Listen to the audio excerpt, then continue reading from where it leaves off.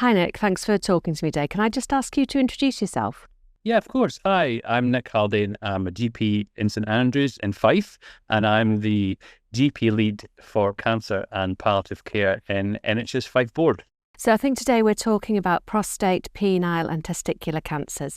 What are the key changes in the current update for those cancers? We start with prostate. We've got a new section on clinical assessment, and that's to support the recognition of symptoms and to guide initial investigation in primary care. Find that really helpful, just as a reminder of what we should be thinking about and what we should be doing.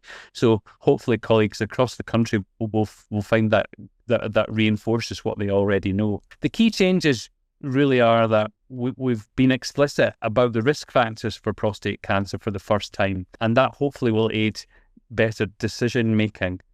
There's also been some clarity around the PSA numbers, and that has often been muddy water. But by this time, we really have clarified the PSA testing thresholds around ages, and we've changed the thresholds slightly so that it's clearer what we should be doing for each gentleman who presents. There's a nice link in the new guidance to the prostate cancer risk management tool, which will help us to decide, along with patients, who should be referred and when, and also to decide, in fact, whether or not they should in fact have PSA testing or not. Like many of the other guidelines, one other key change is the inclusion of good practice points, and the good practice points, I think, are a vital addition to the guidance. And from the prostate point of view, it just makes us think about gender identity issues and whether we need to be thinking what we need to be thinking rather about prostate cancer in patients with gender identity,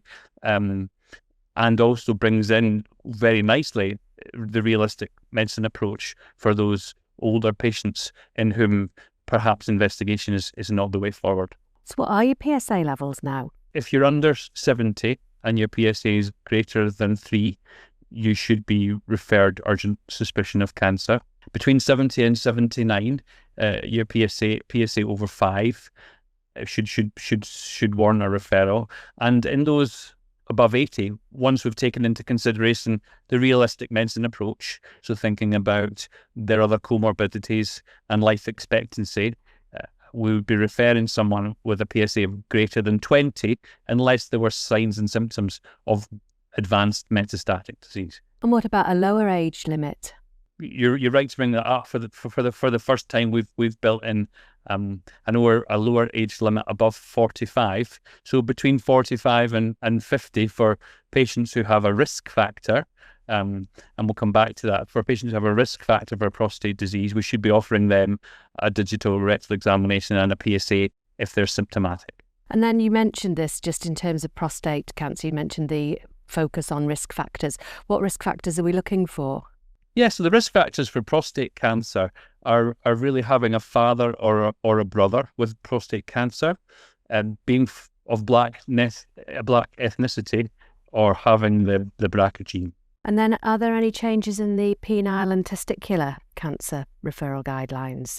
There aren't really any changes other than to reinforce some of the clinical assessment detail and some of the good practice points. So really they detail the relevant clinical features and suggest next steps. So for example, in testicular, obviously we should be looking for lumps, swelling and pain and referring for an ultrasound. Even if there's a normal examination but the symptoms are persistent, we should be referring for an ultrasound.